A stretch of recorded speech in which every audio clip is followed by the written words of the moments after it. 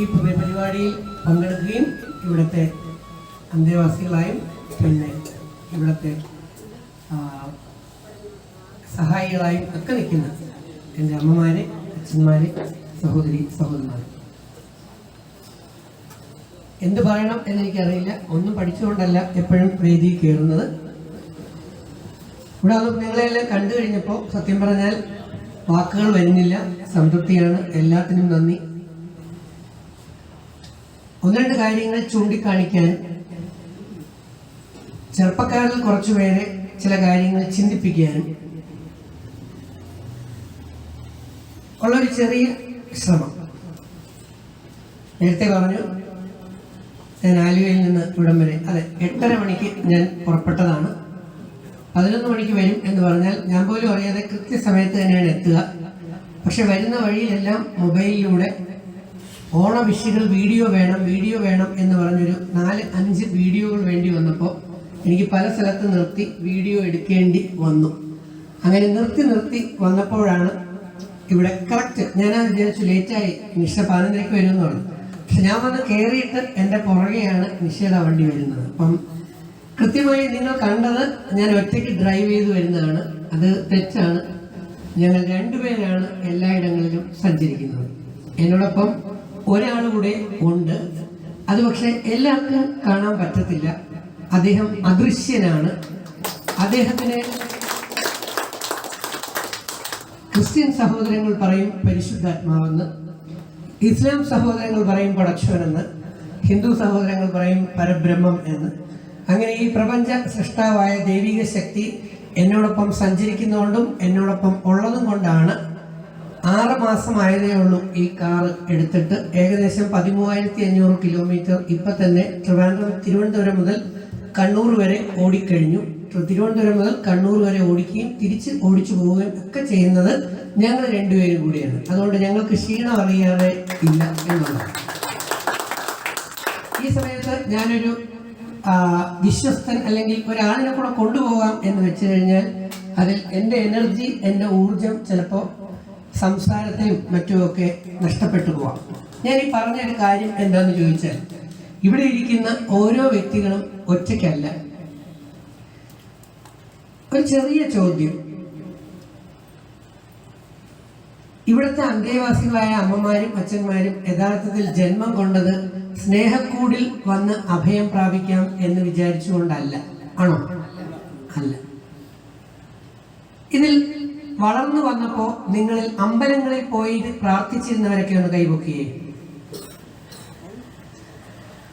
Okay, കൈ തന്നോളൂ. കുർബാനകളിൽ പങ്കെടുത്തിരുന്നവരും പള്ളികളിൽ ക്രിസ്ത്യൻ ചർച്ചുകളിൽ പോയിരുന്നവരൊക്കെ ഒന്ന് കൈപൊക്കിയേ. വളരെ സന്തോഷം. നിസ്കരിച്ചിരുന്നവരൊക്കെ ഒന്ന് കൈപൊക്കിയേ. ഓക്കെ, ആള് കുറവാണ്, കുഴപ്പമില്ല, നോ പ്രോബ്ലം.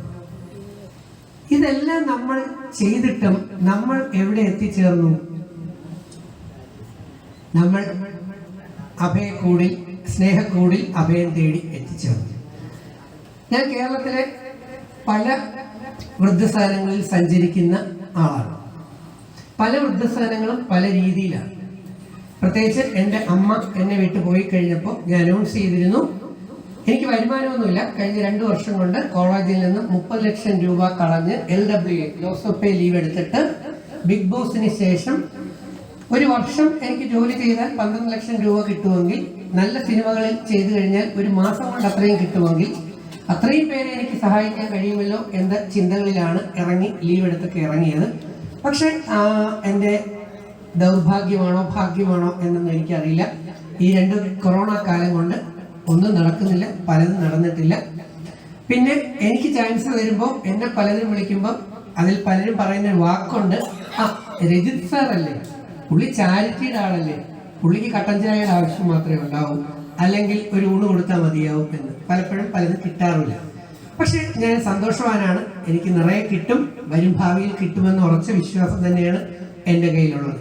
എന്നാൽ ചാരിറ്റി പ്രവർത്തനങ്ങൾക്ക് ഞാൻ കുറവ് വരുത്താറില്ല.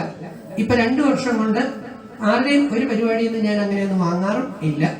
അപ്പൊ എങ്ങനെ പൈസ കിട്ടുന്നു എന്ന് ചോദിച്ചാൽ എനിക്കറിയില്ല. ഇപ്പൊ തന്നെ എൻ്റെ യൂട്യൂബിൽ നിഷയ്ക്ക് അറിയാം, ക്യാൻസർ അല്ലെങ്കിൽ ഡയാലിസിസ് കുട്ടികൾക്ക് ഞാൻ അനൗൺസ് ചെയ്ത് കൊടുത്തു കഴിഞ്ഞു. ബിഗ് ബോസിൽ നിന്ന് വന്നു കഴിഞ്ഞപ്പോൾ കൊടുക്കാൻ കഴിഞ്ഞു. പിന്നെ യൂട്യൂബുകളിലൊക്കെ കണ്ടു ബിഗ് ബോസിൽ നിന്ന് എനിക്ക് 70 ലക്ഷം കിട്ടി, 50 ലക്ഷം കിട്ടി. ഇതൊക്കെ ശുദ്ധ കള്ളങ്ങൾ മാത്രമാണ്. ഞാനൊരു ഗവൺമെന്റ് സെർവന്റ് ആണ്. അങ്ങനെയുള്ള എനിക്ക് 2 ശമ്പളോ 2 പൈസയോ വാങ്ങാൻ കഴിയുമോ എന്ന് ചിന്തിക്കാൻ കഴിവുള്ളവർക്ക് ചിന്തിക്കാന്നുള്ളതേ ഉള്ളൂ. പക്ഷെ യൂട്യൂബ് വീഡിയോസുകൾ ഇങ്ങനെ കുറേ വന്നു. പിന്നെ എനിക്ക് എന്തെങ്കിലും കിട്ടിയാൽ അത് തരാമെന്ന് പറഞ്ഞിരുന്നതിന് ഞാൻ ചാറ്റിൽ കൊടുക്കുക എന്നുള്ള രീതിയിലാണ് ആക്കി തീർത്തത്. ഇനി ബിഗ് ബോസ് ഷോയിൽ ഞാൻ വിജയിച്ചിരുന്നു എങ്കിൽ സത്യം പറഞ്ഞാൽ എനിക്ക് ഇത്രത്തോളം അക്സെപ്റ്റൻസ്, ഇത്രത്തോളം സ്വീകാര്യത എനിക്ക് ലോകത്ത് കിട്ടില്ലായിരുന്നു. ഞാൻ ചതിക്കപ്പെട്ടത് കൊണ്ടും, ഞാൻ പീഡിപ്പിക്കപ്പെട്ടത് കൊണ്ടും, ഞാൻ വഞ്ചിക്കപ്പെട്ടത് കൊണ്ടും, എന്നെ പുറത്താക്കിയത് കൊണ്ടും ഒക്കെയാണ് യഥാർത്ഥത്തിൽ ലോക മലയാളികളിലെ അമ്മമാരും അച്ഛന്മാരും കുഞ്ഞുകുട്ടികൾ ഉൾപ്പെടെ ഒരുപാട് പേർ എന്നെ ഇഷ്ടപ്പെട്ടതും ഇപ്പോഴും ആ സ്നേഹം ലോകത്ത് പലയിടത്തും നിലനിൽക്കുന്നത്. ഒരുപക്ഷെ ബിഗ് ബോസിൽ നിന്ന് ഞാൻ വിജയിച്ചിരുന്നുവെങ്കിൽ, എനിക്ക് കോൺഫിഡന്റ് ഗ്രൂപ്പിന്റെ ഫ്ലാറ്റ് കിട്ടിയിരുന്നുവെങ്കിൽ, എന്നെ അറിയാന്നുള്ള എല്ലാവർക്കും അറിയാം, ഞാൻ ആ ഫ്ലാറ്റ് തെരുവിലെ 2 കുടുംബങ്ങൾക്ക് സമ്മാനിക്കുമായിരുന്നു. ഇനി അതിന് പറ്റിയില്ല എങ്കിൽ 50 ലക്ഷത്തിന്റെ ഫ്ലാറ്റ് കോൺഫിഡന്റ് ഗ്രൂപ്പിനോട് തന്നെ ഞാൻ അപേക്ഷിക്കുമായിരുന്നു. ഒരു 45 ലക്ഷമെങ്കിലും തന്നാൽ, അല്ലെങ്കിൽ 40 തന്നാൽ ഒരു 10 അമ്മ അല്ലെങ്കിൽ 10 കുടുംബങ്ങൾക്ക് 4 ലക്ഷം രൂപ വെച്ച് അവർക്ക് വീട് വെക്കാനെങ്കിലും കൊടുക്കുമായിരുന്നു. ഇങ്ങനെയായിരുന്നു ഫിക്സ്. ഞാൻ എത്രയോ വർഷം കൊണ്ട് ചാരിറ്റി ചെയ്യുന്ന ആളാണ്, പബ്ലിക്കായിട്ട് ചെയ്തിട്ടില്ല.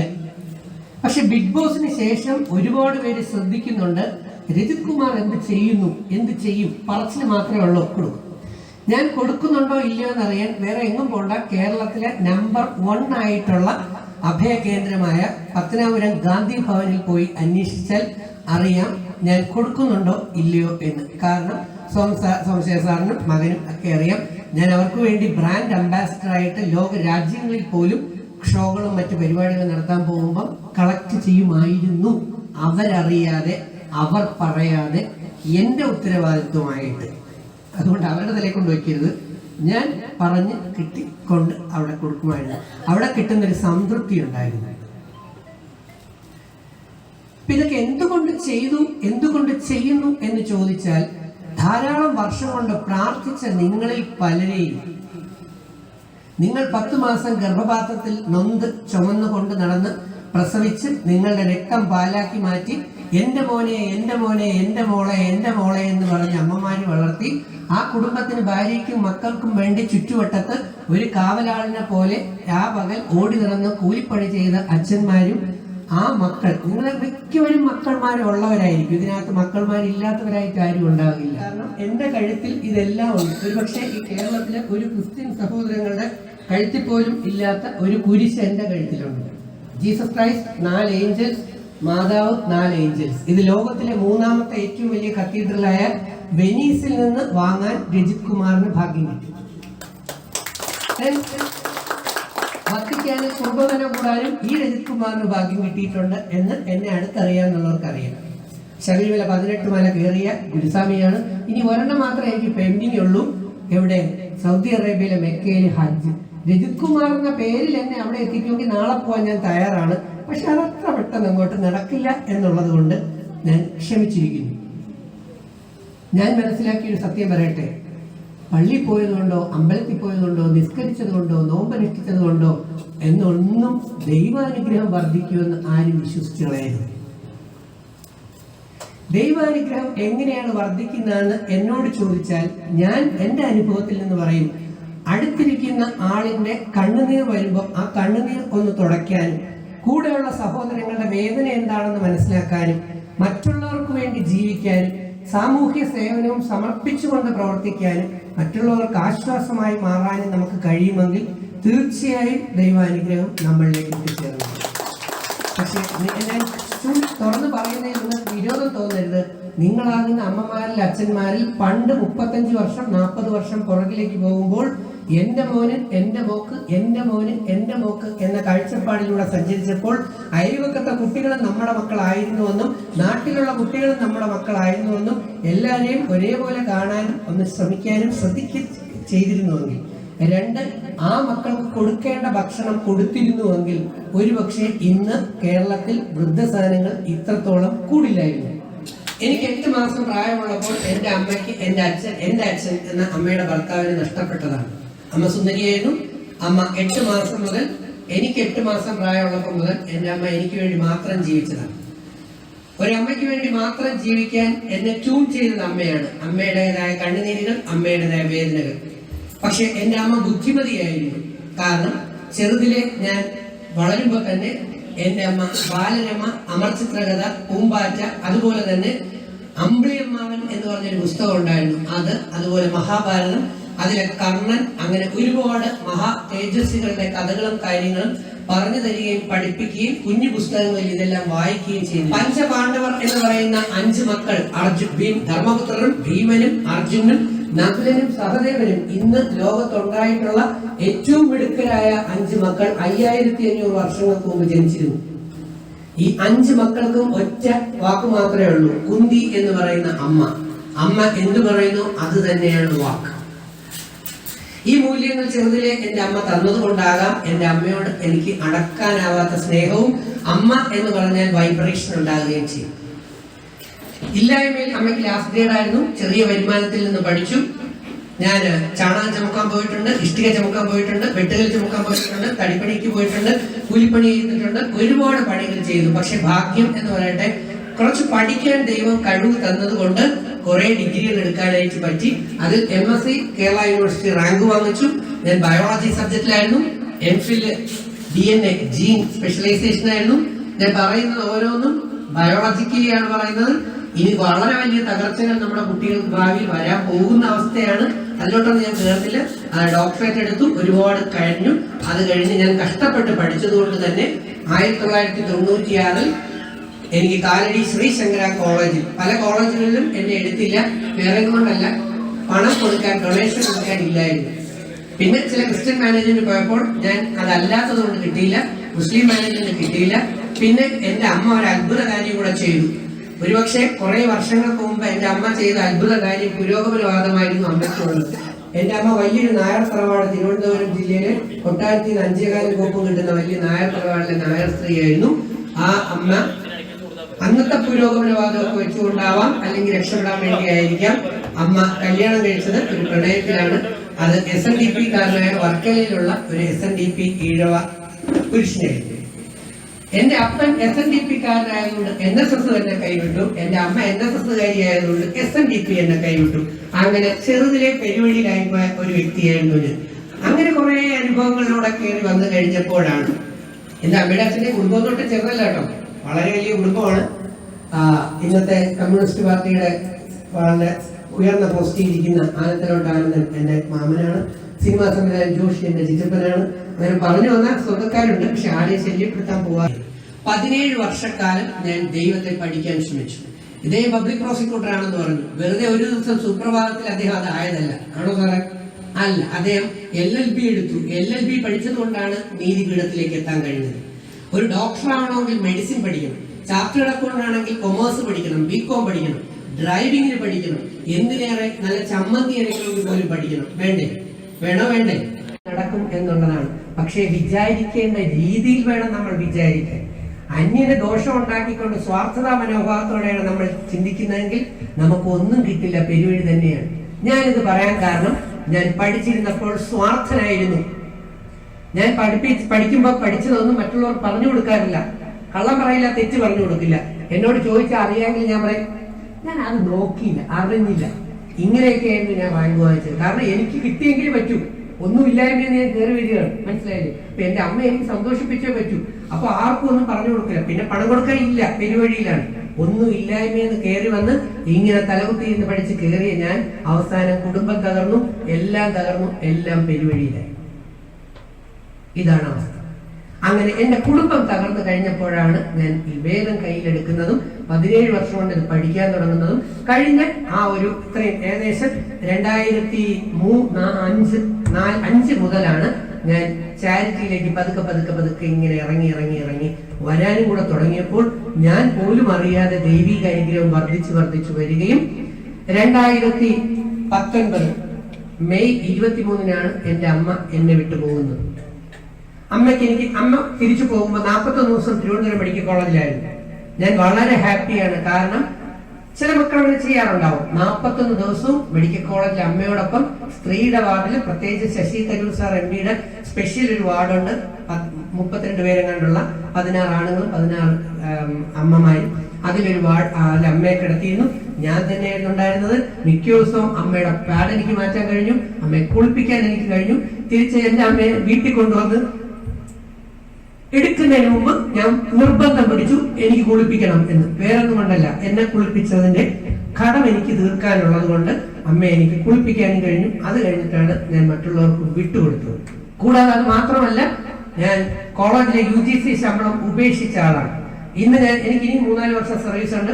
കോളേജിൽ ഞാൻ ഇരുന്നിരുന്നുവെങ്കിൽ എനിക്ക് മാസം 2 ലക്ഷം ശമ്പളം കിട്ടേണ്ട അസോസിയേറ്റ് പ്രൊഫസർ ആവേണ്ട ഞാൻ എന്റെ ശങ്കര കോളേജിൽ നിന്ന് പ്രീ-ഡിഗ്രി മാറ്റിയപ്പോൾ എന്റെ ആക്ടിങ്ങിൽ എന്റെ അമ്മ വീട്ടിൽ ഒറ്റയ്ക്കാണ്. എന്റെ അമ്മ നമ്മളെ പഠിപ്പിച്ച് ഉയർത്തി കൊണ്ടുവരുമ്പോൾ ഞാൻ അമേരിക്കയിലെ ഗവർണറാണെന്ന് പറഞ്ഞ് ഞെളിഞ്ഞിരുന്നിട്ട് നമ്മുടെ നാട്ടിൽ പട്ടിണി കിടക്കുന്ന, അല്ലെങ്കിൽ തിരിച്ച് ആര് നോക്കാനില്ലാതെ കിടക്കുന്ന ഒരമ്മ എരിഞ്ഞെരിഞ്ഞിരിക്കുകയാണെങ്കിൽ മകൻ ഓസ്ട്രേലിയയിലല്ല ഇന്റർനാഷണൽ എവിടെ പോയിരുന്ന് ജീവിച്ചാലും അവന് അല്ലെങ്കിൽ അവൾക്ക് ഒരിക്കലും സ്വസ്ഥത ഉണ്ടാവില്ല, പ്രോസ്പെരിറ്റി ഉണ്ടാവില്ല. ഈ ഇടയ്ക്ക് നമ്മൾ പത്രത്തിൽ വായിച്ചു കാണും, ബോംബെയിലെ ഒരു ഫ്ലാറ്റിനകത്ത് ഒരു അമ്മ കസേരയിൽ ഇരുന്ന് അഴുകി തീർന്നത്. മകൻ അമേരിക്കയിൽ എന്തൊക്കെയാണെന്ന്. പക്ഷെ ഈ ശാപം അവൻ കൊണ്ടുപോകേണ്ടി വരും, അനുഭവിക്കേണ്ടി വരും. അതുകൊണ്ട് അപ്പോ അമ്മയുടെ ആഗ്രഹം അനുസരിച്ച് അമ്മ ഇങ്ങോട്ട് വരാൻ തയ്യാറായില്ല, ഞാൻ അങ്ങോട്ട് ചെല്ലാൻ തയ്യാറായി. അങ്ങനെ ഞാൻ എന്റെ UGC ശമ്പളം വേണ്ടാന്ന് എഴുതി കളഞ്ഞു. 24 വർഷം സ്റ്റേറ്റ് ശമ്പളം മാത്രം വാങ്ങിച്ചുകൊണ്ടിരിക്കുന്ന ഞാൻ, കണക്കൂട്ടം അറിയാന്നുള്ളവരിവിടെ ഉണ്ടാകും. ഒരു മാസം 50,000 രൂപയുടെ നഷ്ടം വെച്ച് ഒരു വർഷം എത്ര രൂപ? 6 ലക്ഷം ഇൻറ്റു 24 വർഷം കണക്കുകൂട്ടി നോക്കുമ്പോൾ 1.5 കോടി രൂപ എന്റെ പെറ്റമ്മയ്ക്ക് വേണ്ടി നിസ്സാരമായി വലിച്ചെറിഞ്ഞു കളഞ്ഞ ആളാണ് ഞാൻ. പണം ഒരിക്കലും എന്നെ സ്വാധീനിച്ചിട്ടില്ല.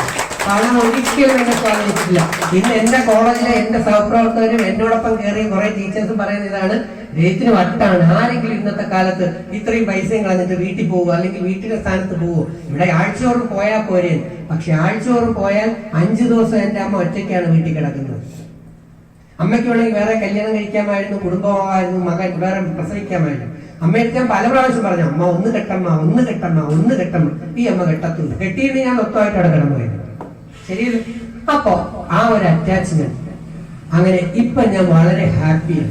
മതത്തിനെയോ ജാതിയോ രാഷ്ട്രീയോ ഒന്നും എനിക്കില്ല. ജാതി മത രാഷ്ട്രീയത്തിന് അതീതമായി പ്രവർത്തിക്കുന്ന, മതാതീത ആത്മീയതയിൽ പ്രവർത്തിക്കുന്ന ആളാണ് ഞാൻ. എന്റെ സഹോദരങ്ങളെ, ഏത് ദൈവത്തെ വിളിച്ച് പ്രാർത്ഥിച്ചാലും ആ പ്രാർത്ഥനയെല്ലാം ഒരേ ഒരു ശക്തിയിലേക്കാണ് ചെല്ലുന്നത്. അപ്പൊ ആ ശക്തി നമ്മളോടൊപ്പം ഉണ്ടാകണമെങ്കിൽ, അത്ഭുതങ്ങൾ സംഭവിക്കണം എന്നുണ്ടെങ്കിൽ വേണ്ട കുറച്ച് കാര്യങ്ങളുണ്ട്. എന്ന് ചോദിച്ചാൽ നമ്മുടെ അകം ശുദ്ധവും വൃത്തിയുമായിരിക്കണം. അതുകൊണ്ടാണ് വിശുദ്ധ ബൈബിൾ മത്തായി സുവിശേഷം 18-ാം അധ്യായത്തിൽ ഒരു വചനം പറയുന്നത്. ഞാൻ ബൈബിൾ കൂടുതൽ എന്തുകൊണ്ട് പറയുന്നു എന്ന് വിചാരിക്കുന്നത് തോന്നുന്നുണ്ടാർക്കും. കാരണം ഏത് മനുഷ്യനും പെട്ടെന്ന് മനസ്സിലാകാൻ പറ്റുന്ന സിമ്പിൾ ഭാഷയാണ് ബൈബിളിൽ പറഞ്ഞിരിക്കുന്നത്. ഗീത എനിക്ക് പറയാൻ അറിഞ്ഞൂടാത്തോണ്ടല്ല, ഗീതയിലേക്ക് വന്നാൽ അത് അറിയണമെങ്കിൽ കുറച്ചുകൂടെ ഒരു ഇന്റലക്ച്വൽ സെൻസ് ഉണ്ടാവണം. പെട്ടെന്ന് മനസ്സിലാകും അത് എക്സ്പ്ലെയിൻ ചെയ്ത് തന്നു കഴിഞ്ഞാൽ. അപ്പം 18-ാം അധ്യായത്തിൽ ബൈബിൾ പറഞ്ഞിരിക്കുന്നത് എന്താണ്? നിനക്കിന്ന് മാനസാന്തരം വരുന്നില്ല എങ്കിൽ, യോഹന്നാൻ സുവിശേഷം 3-ാം അധ്യായത്തിലേക്ക് നിങ്ങൾ പോയാൽ നിങ്ങൾക്ക് കാണാൻ പറ്റും, നീ ഇന്ന് വീണ്ടും ജനിക്കുന്നില്ല എങ്കിൽ എന്ന് പറഞ്ഞാൽ പോയി മരിച്ചിട്ട് വരാനില്ല. ഇവിടെ ഇതെല്ലാം നിരത്തി വെച്ചിരിക്കുന്നതുകൊണ്ട് ഞാൻ പറഞ്ഞു എന്നുള്ളതേ ഉള്ളൂ. നമ്മൾ ഇന്ന് മാനസാന്തരപ്പെടണം, അകം കൊണ്ട് മാറണം. അവിടെയാണ് ഭഗവത്ഗീത കൃഷ്ണൻ നമ്മളെ പഠിപ്പിച്ചത് നിഷ്കാമ കർമ്മം, നിസ്വാർത്ഥ സേവനം. ഈ 2 വാക്കുകൾ ഓർത്തു വെച്ചാൽ മതി. നിഷ്കാമം, ആരിൽ നിന്നും ഒന്നും പ്രതീക്ഷിക്കാതെ സേവനം ചെയ്തുകൊണ്ടേയിരിക്കുക, തരുന്നത് വാങ്ങുക. നിസ്വാർത്ഥ സ്നേഹം, കാരണം ഞാൻ നേരത്തെ പറഞ്ഞു, സ്വാർത്ഥത എവിടെ തുടങ്ങുന്നോ അവിടെ നമ്മൾ താഴേക്ക് പോകാൻ തുടങ്ങും. ഹാപ്പി ആയിരിക്കാം, കുറച്ച് കഴിയുമ്പോൾ കഴിക്കാം, നമ്മളെല്ലാം കൂടെ ഹാപ്പി ആയിട്ട് കഴിക്കാം. അത് കഴിഞ്ഞ് ഉറങ്ങാൻ പോകാൻ ഹാപ്പി ആയിട്ട് ഉറങ്ങുക, വൈകുന്നേരം വായിക്കാൻ ഹാപ്പി ആയിട്ടിരിക്കുക, എപ്പോഴും ഹാപ്പി ആയിരിക്കുക. തമ്മിൽ കുറ്റപ്പെടുത്താനോ വഴക്ക് പറയാനോ മറ്റൊന്നും ചിന്തിക്കാനോ ഒന്നും ശ്രമിക്കരുത്. ഓക്കെ, ഇതാണ് ഈ ഗ്രന്ഥമല്ല, ഇത് ഒരു വ്യക്തിയെ ശുദ്ധീകരിച്ച് ഏറ്റവും ഗംഭീരമാക്കി മാറ്റാൻ ഞാൻ ഗീത നിങ്ങളോടൊന്നും പറഞ്ഞിട്ടില്ല. അത് കഴിഞ്ഞ് ഞാൻ ബൈബിൾ പഠിച്ചു. എന്നിട്ട് ബൈബിൾ വചനങ്ങൾ ഞാൻ സെലക്ട് ചെയ്ത്, എനിക്ക് ശാസ്ത്രീയമായി എക്സ്പ്ലെയിൻ ചെയ്യണമെന്ന് തോന്നിയ വചനങ്ങൾ സെലക്ട് ചെയ്തെടുത്ത് അതിന്റെ ബയോളജിക്കൽ എക്സ്പ്ലനേഷനും കൂടെ എഴുതിയ ഒരു പുസ്തകമാണ്. ഇതൊന്നും ഞാൻ നിങ്ങളോട് പറഞ്ഞിട്ടില്ല, കാരണം അമ്മമാർക്കും അച്ഛന്മാർക്കും അതിന്റെ ആവശ്യമില്ല. യുവതലമുറയോടാണ് ഞാൻ ഫൈറ്റ് ചെയ്യുന്നത്, കൗമാരപ്രായക്കാരോടാണ്. അവർക്ക് ഇതിന്റെ സയന്റിഫിക് വേർഷൻ പറഞ്ഞു കൊടുക്കുന്നത് വേറൊന്നുമല്ല, നല്ല അടുത്ത തലമുറ മക്കൾ ജനിക്കാനുള്ള രഹസ്യം എനിക്കറിയാം. കല്യാണം കഴിച്ച മക്കൾ ജനിക്കും, പക്ഷെ ആത്മാവ് കയറേണ്ട വിധവും അതിന് നമ്മൾ തയ്യാറെടുക്കേണ്ട വിധവും അങ്ങനെ കുറെ സംഗതികളുണ്ട്. ഈ നിൽക്കുന്ന പയ്യൻ വളരെ നല്ല പയ്യനാണ്. അവൻ ജ്ഞാനവും കൂടെ വർദ്ധിപ്പിച്ചു കഴിഞ്ഞാൽ അവൻ അർജുനനായി മാറുകയാണെങ്കിൽ അവൻ അഭിമന്യുവിനെ പോലെ മക്കൾ ഉണ്ടാവാനുള്ള സാധ്യതയുണ്ട്. അത് എന്റെ ലക്ഷണശാസ്ത്രം കൊണ്ട് ഞാൻ പറഞ്ഞു എന്നുള്ളതേ ഉള്ളൂ. വേറെ ഒന്നും കൊണ്ട് പറയാം. പയ്യനാരാണെന്ന് എനിക്കറിയില്ല, എനിക്ക് പയ്യനെയൊന്നും അറിയില്ല, എനിക്ക് ആരെയും സൂചിപ്പിക്കേണ്ട ആവശ്യമില്ല. ഞാൻ പറഞ്ഞ ഇത്രയേ ഉള്ളൂ. കാണുന്നത് പറയണോ തോന്നുകയാണെങ്കിൽ മാത്രമേ ഞാൻ ഇപ്പൊ പറയാറുള്ളൂ, അധികം പറയാറില്ല. അപ്പൊ അത് ബൈബിൾ വായിച്ച് പഠിക്കും. അത് കഴിഞ്ഞതിന് ശേഷം ഞാൻ ഖുർആൻ പഠിച്ചു. വിശുദ്ധ ഖുർആൻ നിങ്ങളോട് കൂടുതലൊന്നും പറഞ്ഞില്ല, എന്നാലും ഒരു കാര്യം പറയുന്നു, നീ പുണ്യം ചെയ്യുന്നില്ല. നിനക്ക് പുണ്യമാണ് ഏറ്റവും പ്രധാനം. നീ ഒരു പുണ്യം ചെയ്യുന്നുണ്ടെങ്കിൽ 10 ഇരട്ടി പുണ്യം നിനക്ക് തരും എന്നാണ്. അപ്പൊ നമ്മൾ ഒരാളിനൊരു ഒരു ഉരുള ചോറ് മറ്റൊരാളെ നമുക്ക് കൊടുക്കാമെങ്കിൽ ദൈവം നമുക്ക് 10 ഉരുളയായി വർദ്ധിപ്പിച്ച് തന്നുകൊണ്ടിരിക്കും. ഇന്ന് ഞാൻ ഒരുപാട് സേവനമൊന്നും ചെയ്യുന്നില്ല, പക്ഷെ ഇപ്പൊ ഈ 2 വർഷം കൊണ്ട് കുറെ ലക്ഷങ്ങൾ എനിക്ക് ചെലവാക്കാൻ അല്ലെങ്കിൽ സേവ് ചെയ്യാൻ കഴിഞ്ഞു. പക്ഷെ ഇത് എവിടെ നിന്ന് വന്നു എന്ന് എനിക്ക് പോലും അറിയില്ല. എനിക്ക് പിരിവൊന്നുമില്ല. ഉള്ള സംഭവം അതാണ്. എന്റെ LIC പൊട്ടിച്ചു. 8 LIC ഉണ്ടായിരുന്നു. എന്റെ NSC അറിയാല, ടാക്സ് റിഡക്ഷന് വേണ്ടി NSC, ഇന്ദിര വികാസ് പത്ര, ഇതെല്ലാം പൊട്ടിച്ച് ഇങ്ങനെ വന്നോണ്ടിരിക്കുക. പക്ഷെ എനിക്ക് ജീവിക്കേണ്ട സാധനമാണ് ഇതൊക്കെ. ഇനി എനിക്ക് കൂടുതൽ പുറത്തുനിന്ന് എക്സ്ട്രാ വരുമാനം വന്ന് തുടങ്ങും. മനസ്സിലായോ? അന്ന് വന്ന് തുടങ്ങുമ്പോൾ കൂടുതൽ സഹായിക്കാൻ പറ്റും. അത് കഴിഞ്ഞ് ഉപനിഷത്തുക്കളെ കുറിച്ച് പഠിച്ചു, ഒരു കൈപ്പുസ്തകം എഴുതി. ഇനി നിങ്ങൾ എല്ലാവരും വായിക്കണം ഭാഗവതം. ഭഗവാനെ കുറിച്ച്, ദൈവത്തെ കുറിച്ചുള്ള ഭാഗവതം. അത് ശാസ്ത്രീയ എക്സ്പ്ലനേഷൻ. പടം കണ്ടാത്തറിയാം. അഹങ്കാരിയായ ദുഷ്ടദ്യുമ്നൻ എന്ന് പറയുന്ന ആനയും പിന്നെ ഹു എന്ന് പറയുന്ന അഹങ്കാരിയായ മുതലയും, അതൊക്കെ ശാപം കൊണ്ട് വന്ന സാധനങ്ങളാണ്. അസ്ഥാനത്തെ ശാപം ഒന്നും വരില്ല, പക്ഷെ ബൈബിൾ കൃത്യമായിട്ട് പറഞ്ഞിട്ടുണ്ട് വെറുതെ ശാപം പിടിച്ചു വാങ്ങരുത് എന്ന്. ശപിക്കാൻ കഴിവുള്ള ഒരാത്മാവ് ശപിച്ചു കഴിഞ്ഞാൽ, എരിഞ്ഞു കഴിഞ്ഞാൽ പണി കിട്ടിയിരിക്കും. അതിന് സംശയമൊന്നുമില്ല. അപ്പൊ ഭാഗവതം ഇതുണ്ട്. അപ്പൊ ദൈവം ഇവിടെ കൂടുതൽ നിറയട്ടെ എന്ന് വെച്ചിട്ടാണ്. ഇതായിരുന്നു എന്റെ 10ാമത്തെ പുസ്തകം, മഹാഭാരതം. ഇത് തിരുവനന്തപുരം മെഡിക്കൽ കോളേജിൽ വെച്ച് എന്റെ അമ്മയോടൊപ്പം ഇരുന്ന് കംപ്ലീറ്റ് എഴുതി തീർത്ത്. ഈ പുസ്തകം 2019 എഴുതി തീർന്നു കഴിയുന്നു. 2019 മെയ് 23 എന്റെ അമ്മ പോകുന്നു. 2019 ജൂണിൽ എന്റെ അമ്മയുടെ പോകാൻ നേരത്തുള്ള എന്റെ അമ്മയുടെ ആഗ്രഹമായിരുന്നു എന്റെ ആ താടി, താങ്കൾ പറഞ്ഞ താടി, ആ താടി. അപ്പൊ തന്നെ എനിക്ക് 70-80 വയസ്സുണ്ടെന്ന് പറഞ്ഞുകൊണ്ട് നടക്കുന്നത്. ഞാൻ 33-34 വയസ്സിൽ 17 വർഷം ദൈവത്തിന് കൊടുത്ത ആളാണ്. ദൈവത്തിന് നമ്മൾ 17 കൊടുത്താൽ ദൈവം എത്രയോ ഇരട്ടിയാക്കി തിരിച്ചു തരും. അതാണ് ഇപ്പൊ എനിക്ക് കിട്ടിക്കൊണ്ടിരിക്കുന്നത്. മനസ്സിലായില്ലേ? അപ്പൊ ദൈവത്തിന് നമ്മളൊന്നും കൊടുക്കില്ല. നമ്മളെല്ലാം ഇനി നമ്മുടെ മക്കൾക്ക് വരട്ടെ എന്ന് നമ്മൾ കൊണ്ടുപോകും അല്ലെ. അങ്ങനെ മഹാഭാരതം വായിക്കണം, ഞെട്ടിപ്പോവും. സൂപ്പറാണ്. നന്നായി ശാസ്ത്രീയമായിട്ടാണ് എക്സ്പ്ലെയിൻ ചെയ്തിരിക്കുന്നത് ഈ മഹാഭാരത വചനങ്ങൾ. അമ്മയുടെ ആഗ്രഹമായിരുന്നു ഞാൻ താടി. അമ്മയ്ക്ക് 2 ആഗ്രഹം പോകാൻ നേരത്തെ ഉണ്ടായിരുന്നുള്ളൂ. 1 താടി എടുക്കണം, 2 ഞാൻ കല്യാണം കഴിക്കണം. അത് അമ്മയുടെ ആദ്യ ആഗ്രഹമായ താടി ഞാൻ എടുത്തു കൊടുത്തു. 2ാമത്തെ ആഗ്രഹം ഈ ജന്മമെന്നല്ല, അത് നടക്കാൻ സാധ്യതയില്ല. അതുകൊണ്ട് അതിന് ഞാൻ ഗുഡ് ബൈ പറഞ്ഞുകൊണ്ടിരിക്കുന്നു. അതുകൊണ്ട് എനിക്ക് എന്ത് കിട്ടിയാലും അത് ഞാൻ എവിടെയെങ്കിലും ഒക്കെ കൊടുക്കും. എനിക്ക് തോന്നുന്നിടത്തൊക്കെ കൊടുക്കും. അതാണ് എന്റെ പ്രത്യേകത, എന്റെ ശീലം. എനിക്ക് ഈ ജന്മം കുടുംബം വേണ്ട. കാരണം ബൈബിളിൽ പറഞ്ഞ വാക്ക് തന്നെയാണ്, കൃപ കിട്ടിയവർക്ക് മാത്രമേ ദൈവത്തിന്റെ ആളായി മാറാൻ പറ്റൂ. അല്ലെ ഫാദറെ? ശരിയല്ലേ? അല്ലാത്തവരുടെ കല്യാണം കഴിച്ചു കൊടുത്തും കൊടുപ്പിച്ചു കൊടുത്തും ഞാൻ വചനം പറയണില്ല. അപ്പൊ എന്തായാലും സംഗതി ഇങ്ങനെ കിടക്കട്ടെ. അതൊക്കെ വേണം. കുടുംബം വേണ്ടെന്നല്ല പറഞ്ഞത്, പക്ഷെ കുടുംബത്തിന്റെ മധ്യത്ത് ദൈവ സാന്നിധ്യം ഉണ്ടാവണം. ഇത് കുടുംബമേ ഉള്ളൂ, ദൈവമില്ല. അപ്പോ മഹാഭാരതവും പഠിച്ചു കഴിഞ്ഞപ്പോ 10 പുസ്തകമുണ്ട്. മറ്റു പുസ്തകങ്ങൾ എന്റെ കയ്യിൽ കിട്ടിയില്ല. ബാക്കി ഞാൻ എത്തിക്കാൻ പറ്റിയോ നോക്കാം. ഈ അമൂല്യമായ ഗ്രന്ഥങ്ങൾ ഐശ്വര്യം വർദ്ധിപ്പിക്കാൻ, ദൈവാനുഗ്രഹം വർദ്ധിപ്പിക്കാൻ എന്റേതായിട്ടുള്ള ഒരു ചെറിയ സമ്മാനമായിക്കൊണ്ട് നിഷയ്ക്ക് ഞാൻ കൊടുക്കുന്നു.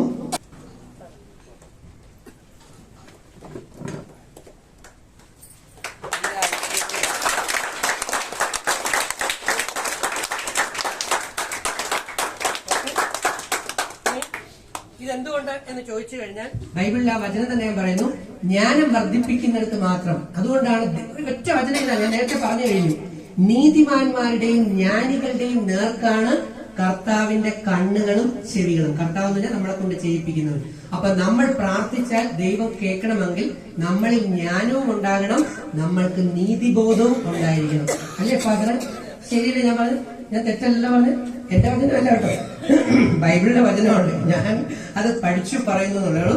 അപ്പൊ ഇനി ഒരു ചെറിയ സമ്മാനം കൂടെ ഉണ്ട്, ഓണസമ്മാനം. എന്റെ അമ്മ പോയ സമയത്ത് എല്ലാ വർഷവും ഞാൻ ചെയ്യാറുണ്ട്. ഇപ്പൊ കുറച്ചുകൂടി കൂടുതലായിട്ട് ചെയ്യുന്നു. ഞാൻ പോയ സ്ഥലങ്ങളിലൊക്കെ ഒരു 5,000, എനിക്ക് ഞാൻ പറഞ്ഞല്ലോ വരുമാനമില്ല, ഞാൻ പാവം ചെറിയ മനുഷ്യനാണ്, കുഞ്ഞു മനുഷ്യനാണ്. വലിയ ഹൃദയമുണ്ട്. ദൈവം അനുഗ്രഹം വർദ്ധിക്കുന്നതിനും കൂട്ടാം. അപ്പൊ പോയെടുത്തെല്ലാം ഞാൻ 5000 രൂപ വെച്ചാണ് കൊടുത്തത്. പക്ഷെ എന്തോ നിഷയുടെ സ്ഥാനത്തിൽ ഞാൻ വരാതെ അറിയാതെ തന്നെ എന്റെ വകയെ ഒരു 10,000 ആക്കി ഞാനത് വർദ്ധിപ്പിച്ച് തന്നെ ചെയ്തു.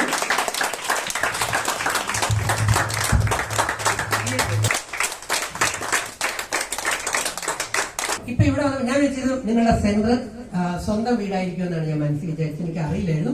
ഇപ്പോഴാണ് ഇവിടെയൊക്കെ കണ്ടത് ഈ ചലഞ്ച്. കഴിഞ്ഞ 7 വർഷങ്ങളായി വാടക കെട്ടിടങ്ങളിൽ അയ്യോ ഈ അമ്മമാരെയും കൊണ്ട് ഇങ്ങനെ മാറി മാറി പോകുന്നതിനോടൊന്നും എനിക്ക് യോജിപ്പില്ല. സ്വന്തമായ വീട് വേണം. പക്ഷെ എന്റെ കയ്യിൽ പ്രസന്റിൽ പലതും ഇല്ല. പക്ഷെ ഞാനൊരു വാക്ക് തരാം.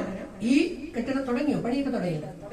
അപ്പൊ എന്തായാലും എനിക്ക് തോന്നുന്നു ഈ വർഷം എന്തെങ്കിലും എവിടെന്നെങ്കിലും ഒക്കെ കിട്ടുന്നത് മിച്ചം വെച്ച് 2022 ന്യൂ ഇയറോട് കൂടി ഒരു 25,000 രൂപ എന്റെ വക ഗിഫ്റ്റ് ആയിട്ട് ഞാൻ ഈ കെട്ടിടം തരാം. പിന്നെ അതിനനുസരിച്ച് പിന്നെ ഈ കിട്ടുന്നതിനനുസരിച്ച് പറയാൻ വാക്ക് പറഞ്ഞ വാക്ക് പാലിക്കണമെന്നാണ് വേദം പറയുന്നത്. അതുകൊണ്ടാണ് ഇപ്പൊ വളരെ സൂക്ഷിച്ചേ വാക്ക് എടുക്കാറുള്ളൂ. വാക്ക് പറ്റിച്ച പോയി പണി കിട്ടി, അതാണ് അവസ്ഥ. അതുകൊണ്ട് ഞാൻ 2022 ജനുവരി കൊണ്ട് ഞാൻ എങ്ങനെയെങ്കിലും ഒക്കെ 25 ഒപ്പിക്കും. അത് ഞാൻ നിങ്ങൾക്ക് തന്നെ കൊണ്ട് തരുന്നതാണ്. എത്രയും പെട്ടെന്ന് ഈ നല്ല കെട്ടിടമൊക്കെ കെട്ടി അല്ലേ മാ എല്ലാവർക്കും കൂടെ അവിടെ കൂടാ. നമുക്ക് പറയാൻ പറ്റില്ല ഇനി ഭാവിയിൽ ചിലപ്പോൾ നമ്മളാരെങ്കിലും ഒക്കെ ചിലപ്പോൾ അതിനിടെ കയറി വരുമെന്ന് പറയാൻ പറ്റില്ല. ഞാൻ എന്തായാലും ഗാന്ധി ഭവനിലെ സാറിനോട് പറഞ്ഞിട്ടുണ്ട് ചിലപ്പോൾ ഒരു മുറി ഒഴിച്ചിട്ട് എനിക്ക് വരും എന്ന്. എന്തായാലും എത്ര പറഞ്ഞാലും മതിയാവില്ല. എല്ലാവർക്കും സർവേശ്വരൻ എല്ലാ അനുഗ്രഹങ്ങളും സന്തോഷം തരട്ടെ. ഹാപ്പി ആയിട്ടിരിക്കുക. ഒരൊറ്റ കാര്യം ഞാൻ മാത്രം പറയാം. നിങ്ങൾ ആരും രോഗിയാവാതിരിക്കാൻ ഒരേ ഒരു വഴിയേ ഉള്ളൂ. ഇന്നലെകൾ മറക്കുക, ഇന്നിൽ ജീവിക്കുക, ഹാപ്പി ആയിരിക്കുക. കഞ്ഞി ഉണ്ടെങ്കിൽ കുടിക്കുക, ഇല്ലെങ്കിൽ സുഖമായിട്ട് കിടന്നുറങ്ങുക. എപ്പോഴും ഹാപ്പിയായിരിക്കുക. തമ്മിൽ കുറ്റപ്പെടുത്താനോ വഴക്ക് പറയാനോ മറ്റൊന്നും ചിന്തിക്കാനോ ഒന്നും ശ്രമിക്കരുത്. ഓക്കെ, ഇതാണ് എന്റെ സന്ദേശം. അമ്മമാരെ, സഹോദരിമാരെ, സ്നേഹക്കൂടിനെ ഹൃദയത്തിലും നെഞ്ചിലും വരെയിട്ടുള്ള പ്രിയപ്പെട്ട സജ്ജനങ്ങൾ എല്ലാവർക്കും നമസ്തേ. ഒരിക്കൽ കൂടി സ്നേഹക്കൂടിന്റെ ഈ വാതായനങ്ങളിലേക്ക് കടന്നു വരാൻ കഴിഞ്ഞതിൽ വലിയ സന്തോഷമുണ്ട്. നമുക്കറിയാം, കോട്ടയം എന്ന അക്ഷര നഗരിയുടെ ഹൃദയത്തിലേക്ക് മാവേലിയെ ആദ്യം കൊണ്ടുവന്ന മഹത്തായ പ്രസ്ഥാനം ഏതെന്ന് ചോദിച്ചാൽ 2021 ആ അംഗീകാരം സ്നേഹക്കൂട് അഭയമന്ദിരത്തിന് മാത്രമുള്ളതാണ്. നമ്മുടെ കേരളത്തിന്റെ ഭൂമണ്ഡലം ആദരിച്ച വേറിട്ട വ്യക്തിത്വങ്ങളെ ഈ അഭയമന്ദിരത്തിന്റെ വാതിലുകളിലൂടെ കടത്തിക്കൊണ്ടുവന്ന ഇവിടെ ഇരിക്കുന്ന അച്ഛന്മാരുടെ അമ്മമാരുടെ ഹൃദയത്തിലേക്ക് നിത്യ യൗവനത്തിന്റെ ചിന്തകൾ പകർന്നു നൽകിക്കൊണ്ടാണ് ഓരോ ദിനവും സ്നേഹക്കൂടിനെ സംബന്ധിച്ചിടത്തോളം കടന്നു പോകുന്നത്. അങ്ങനെ ഉള്ള ഒരു ദിവസത്തിലൂടെയാണ് ഇന്ന് ഇവിടെ ഈ വളരെ പ്രത്യേക സാഹചര്യത്തിൽ. നമുക്കറിയാം, കോവിഡ് ഇവിടെയുള്ള അച്ഛനും അമ്മയന്മാരും ഒക്കെ മറന്നുപോയിട്ടുണ്ട്. മാസ്ക് ഒരു അലങ്കാരത്തിന് ധരിക്കുന്നത് പോലെയാണ്. കാരണം കോവിഡ് ഒരിക്കലും ഇവിടെ പ്രതീക്ഷിക്കില്ല, വരില്ല. കാരണം നന്മയുടെ രൂപം മാത്രമേ ഇവിടെ ഉള്ളൂ. സ്നേഹത്തിന്റെ ഗാഥ. ഇന്ന് സത്യത്തില് ഇവിടെ രജിത് സാറിനെയും രാജീവ് സാറിനെയും ഒക്കെ പോലെ തന്നെ VIP ആണ് നമ്മുടെ നിഷ മാഡം, സ്നേഹക്കൂടിന്റെ നിഷ. കാരണം നമുക്കറിയാം, കോട്ടയത്ത് കോവിഡ് ഏതാണ്ട് 2 വർഷങ്ങൾ കോവിഡിന്റെ സംഹാര താണ്ഡവം പിന്നിടുമ്പോൾ കോട്ടയം ജില്ലയിലെ പ്രധാനപ്പെട്ട ഒരു പത്രമാണ് മംഗളം. ആ മംഗളം ദിനപത്രം ഈ 2 വർഷത്തിന്റെ ഇടയിൽ കോവിഡിനെ പ്രതിരോധിച്ചുകൊണ്ട് സമൂഹത്തിന്റെ മുമ്പിലേക്ക് ഇറങ്ങി വന്നതില് ഏറ്റവും ഒന്നാമത്തെ പൊതുപ്രവർത്തക ഏതാണെന്ന് മംഗളത്തിന്റെ മാനേജ്മെന്റ് തീരുമാനിച്ചപ്പോ ഒറ്റ പേരാണ് ഉയർന്നു വന്നത്. അത് നിഷ സ്നേഹക്കൂട് എന്നുള്ളതാണ്. അത് നിസ്സാരപ്പെട്ട കാര്യമല്ല. അതുകൊണ്ട് തന്നെ ഇന്ന് VIP സാന്നിധ്യമായിട്ടാണ് ശ്രീമതി നിഷ സ്നേഹക്കൂട് ഇന്ന് സെറ്റ് കൊടുത്ത് സെറ്റപ്പായി ഇവിടെ ഇരിക്കുന്നത്. ഒരു സംശയവുമില്ല. അപ്പോ അതും വളരെ പ്രത്യേകതയുള്ള ഒരു കാര്യമാണ്. അങ്ങനെ നമുക്കറിയാം, സ്വാതന്ത്ര്യത്തിന്റെ സ്പർശനം കോട്ടയത്തിന്റെ എല്ലാ മേഖലകളിലും പകർന്നു നൽകിക്കൊണ്ട് ജില്ലയുടെ കളക്ടർക്കും പോലീസ് അധികാരികൾക്കുമൊക്കെ അശരണരായി ആലംബഹീനരായി ആരെങ്കിലും കോട്ടയത്തിന്റെ നടവാതികളിലൂടെ കടന്നു വന്നാൽ അത് ഹൃദയത്തിൽ ചേർത്തുകൊണ്ട് നിശയെ ഏൽപ്പിക്കാമെന്ന് കളക്ടറും ഇവിടുത്തെ ഓഫീസർമാരും പറയുന്ന രീതിയിലേക്ക് വളർന്നിരിക്കുന്നു സ്നേഹക്കൂടിന്റെ മഹത്വം. ആ മഹത്വം പറയുന്ന സന്ദർഭത്തിൽ നമുക്കറിയാം, ഞാൻ വന്നപ്പോഴേ അദ്ദേഹത്തെ നോക്കുകയായിരുന്നു. കാരണം ഇദ്ദേഹത്തെ നമ്മളെല്ലാം കാണുന്നത് വലിയ താടിയുള്ള, വെളുത്ത താടിയുള്ള, വെളുത്ത മുടിയുള്ള ഒരു വൃദ്ധന്റെ രൂപമുണ്ട്. ആ വൃദ്ധന്റെ രൂപത്തിൽ ഇരുന്നു കൊണ്ട് കേരളത്തിന്റെ സാംസ്കാരികത എങ്ങനെയായിരിക്കണമെന്ന്, അല്ലെങ്കിൽ കേരളത്തിന്റെ മനുഷ്യ മനസാക്ഷികൾ, അമ്മയുടെ ഗർഭപാത്രത്തിൽ നിന്ന് ബീജമായി പുറപ്പെടുന്ന ഒരു കുഞ്ഞ് പിറന്നു വീണ് മരിക്കുന്നത് വരെ എങ്ങനെയൊക്കെ ആയിരിക്കണം ചിരിക്കേണ്ടത്, ചിന്തിക്കേണ്ടത്, സംസാരിക്കേണ്ടത് എന്നൊക്കെ വളരെ താത്വികമായിട്ട് പറഞ്ഞ് പഠിപ്പിച്ച ഒരു മഹാരഥനായിട്ടാണ് നമ്മുടെ മുമ്പിൽ ഇരിക്കുന്ന രജിത് സാറിനെ നമ്മളെല്ലാം കണ്ടിട്ടുള്ളത്. പക്ഷേ പിന്നീട് അദ്ദേഹത്തിന് നമ്മൾ വലിയൊരു ചേഞ്ച് കണ്ടു. അദ്ദേഹത്തിന് പിന്നെ കാണും നമ്മുടെ അന്യനിലെ വിക്രമിനെ പോലെ പെട്ടെന്ന് നമ്മൾ കാണുകയാണ് കേട്ടോ.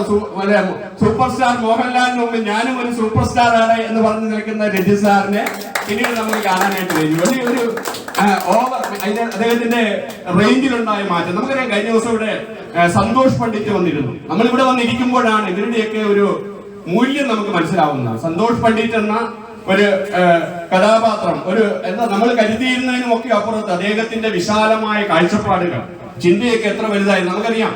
ഇവിടെ അദ്ദേഹം ഇരുന്ന മണിക്കൂറുകളിൽ എല്ലാവരും അദ്ദേഹത്തോടൊപ്പം സഞ്ചരിക്കുകയായിരുന്നു. എന്തൊരു ആനന്ദമായിരുന്നു. ശരിക്കും മാവേലി നൽകുന്ന സർഗവസന്തം, ആ ഒരുമയുടെ സർഗഗീതം ഇവിടെ ചൊല്ലിയതുപോലെ ഒരു മതവും അല്ല, എല്ലാം ഒന്നാണെന്ന് തോന്നുന്ന ഏകം സത്യവിപ്ര ബഹുതാ വദന്തി യോ മനുഷ്യ വിപ്ര, നീ പലതായിട്ട് കാണുന്നതെല്ലാം ഏകമാണ് എന്നുള്ളൊരു ബോധം അത് അനുഭവിച്ചറിയാൻ ഇപ്പൊ കോട്ടയത്ത് വന്നാൽ അത് സ്നേഹക്കൂടിലാണ്. എപ്പോഴും ആ ഒരു ഏകതയുടെ ബോധം, ജാതി മത വർണ്ണവർഗങ്ങൾക്കൊക്കെ അപ്പുറത്തുള്ള ഏകതയുടെ ബോധം ഇവിടെ നൽകുന്നുണ്ട്. അപ്പൊ ആ തരത്തിലേക്ക് മലയാളി എങ്ങനെയാണ് സഞ്ചരിക്കേണ്ടതെന്ന് മലയാളിയെ പഠിപ്പിച്ച് നമ്മുടെ നവമാധ്യമങ്ങളിലൂടെ ഒക്കെ പതിപ്പിച്ച രജിത് സാറാണ് ഇന്നിവിടെ നമുക്ക് മുമ്പിലേക്ക് മുഖ്യ അതിഥിയായിട്ട് എത്തിയത്. അദ്ദേഹം ഒറ്റയ്ക്ക് കാർ ഓടിച്ചു. നമുക്കറിയാം കഴിഞ്ഞ ദിവസം നമ്മുടെ സൂപ്പർ സ്റ്റാർ വന്നത് ബസ്സിൽ വന്നു. അപ്പൊ ഇന്ന് അദ്ദേഹം ഒറ്റയ്ക്ക്. ഇപ്പൊ നിഷ പറഞ്ഞത് കൂടെ ഒരു പാരാവാരമൊക്കെ ഉള്ള ഒരു രജിത് സാറിനെയാണ് കരുതിയത്. പക്ഷേ ഞാൻ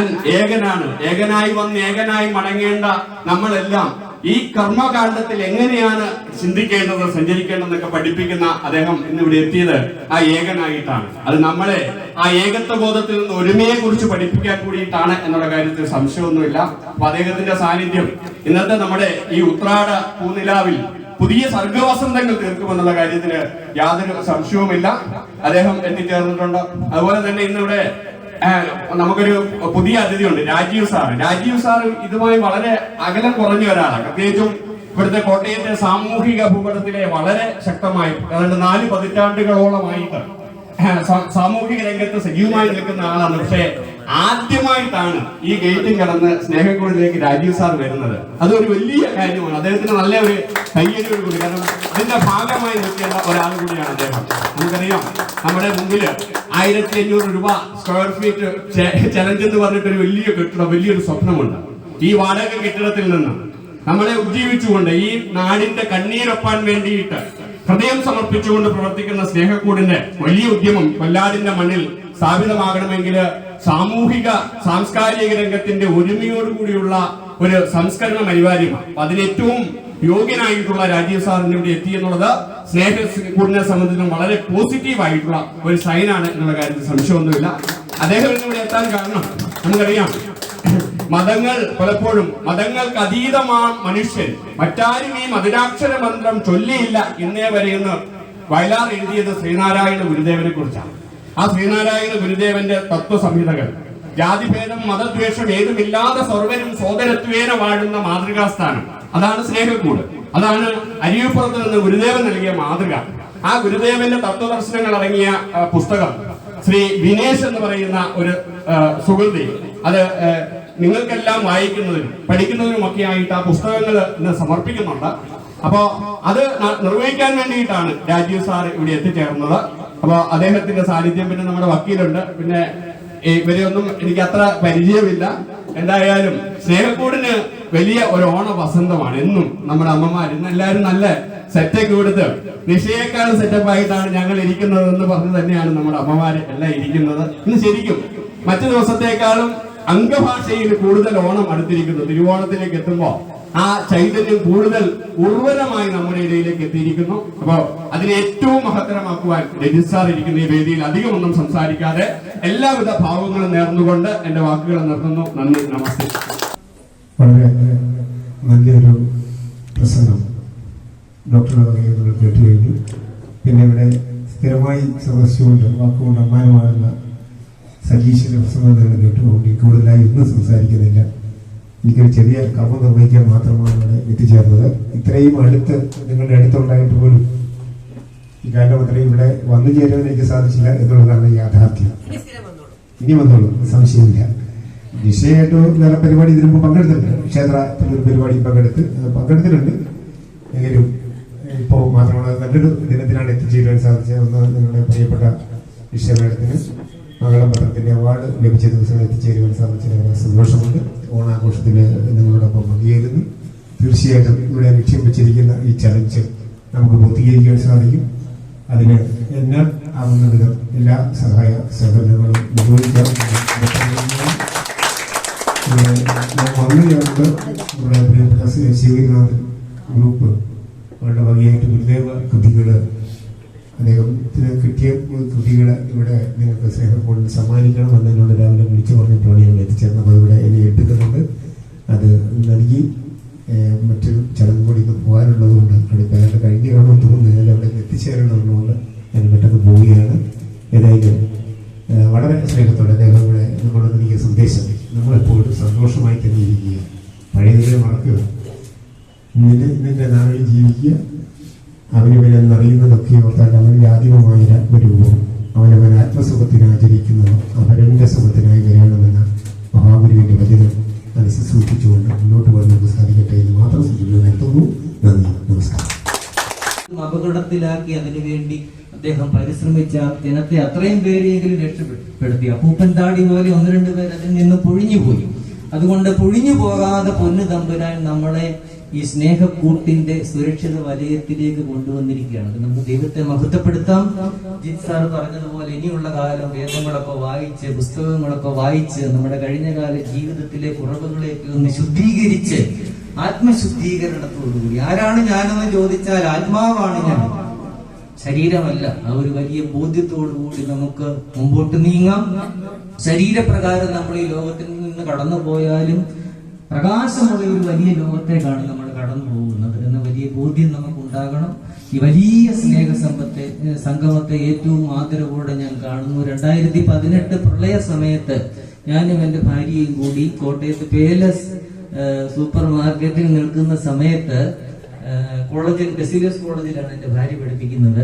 അപ്പോൾ ആ കോളേജിലെ കുഞ്ഞുങ്ങളുടെ NSS ആഫീസ് പ്രവർത്തകർക്ക് കുറെ സാധനങ്ങൾ പായും തലോണിയൊക്കെ വാങ്ങി കൊടുക്കുന്നതിനാണ് ഞങ്ങൾ അവിടെ നിന്നത്.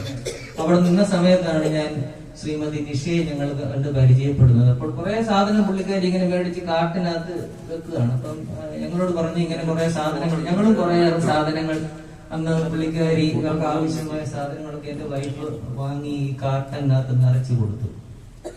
അത് കഴിഞ്ഞ് പിന്നീട് ഒരു പ്രാവശ്യം, കഴിഞ്ഞ പ്രാവശ്യത്തെ ഓണാഘോഷത്തിന് പ്രധാന സന്ദേശം നൽകാൻ വേണ്ടി ശ്രീമതി നിഷ എന്നെ ക്ഷണിച്ചു. പക്ഷെ ഞാൻ ഡോക്ടർ സ്റ്റഡീസ് ചെയ്യുകയാണ് വടവാതൂർ സെമിനാരിയിൽ. എനിക്ക് വരാൻ പറ്റിയില്ല, ഞാൻ നോ പറഞ്ഞു. പക്ഷേ ആത്മാവ്, ദൈവത്തിന്റെ പരിശുദ്ധാത്മാവ് ഇപ്രാവശ്യം ഇവിടെ ഭക്ഷണം വിളമ്പുകാരന് ഉത്തരവാദിത്വമായിട്ട് എന്നെ ഇവിടേക്ക് പറഞ്ഞു വിട്ടു എന്നുള്ളത്.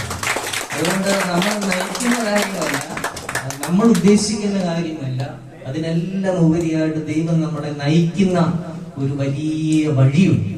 ആ വഴിയിലൂടെ നീങ്ങുവാനും ഈ സ്നേഹത്തിലായിരിക്കുവാനും അനേകർക്ക് ഈ സ്നേഹം പകർന്നു കൊടുക്കുവാനും ദൈവം തമ്പുരാൻ നമ്മളെ ശക്തീകരിക്കട്ടെ എന്ന് പ്രാർത്ഥിക്കുന്നു. ഭാഗ്യമുള്ള അവസരത്തിൽ നന്ദി പറയുന്നു. വേദിയിൽ ഉപവിഷ്ടരായിരിക്കുന്ന ആദരണീയ സാന്നിധ്യങ്ങൾക്ക് എന്റെ നമസ്കാരം പറയുന്നു. ദൈവതിരുനാമം മഹത്വപ്പെടട്ടെ.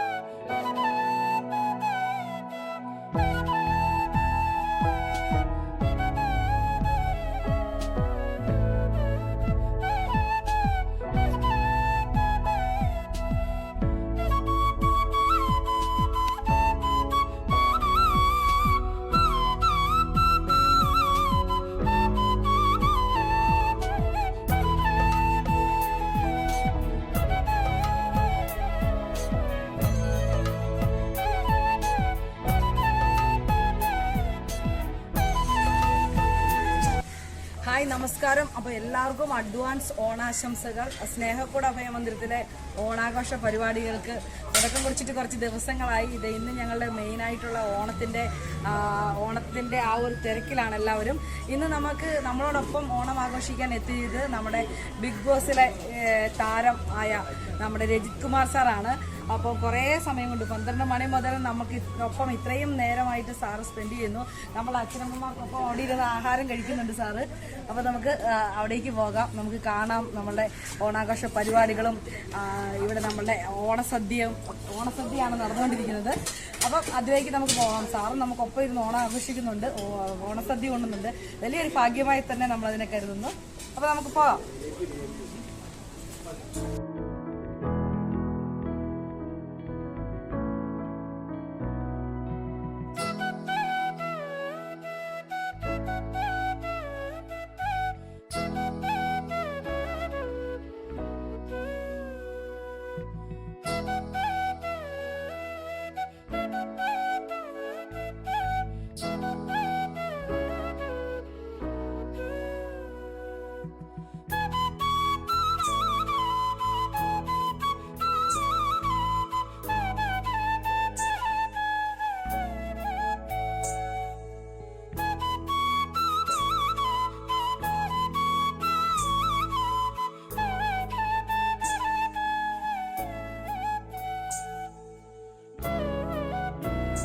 ഹായ്.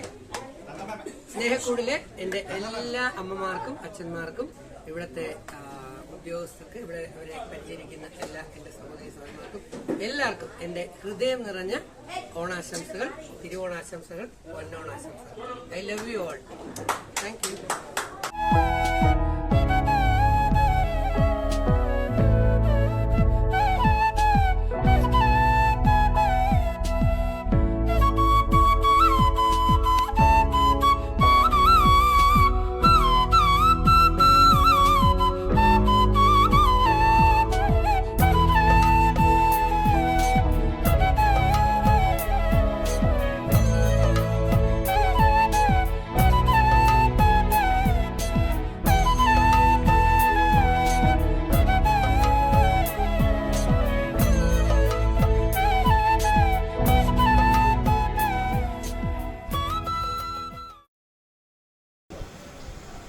മക്കളാ ബെല്ലൂടെ നട്ടിട്ട് വേണേ പോവാന്.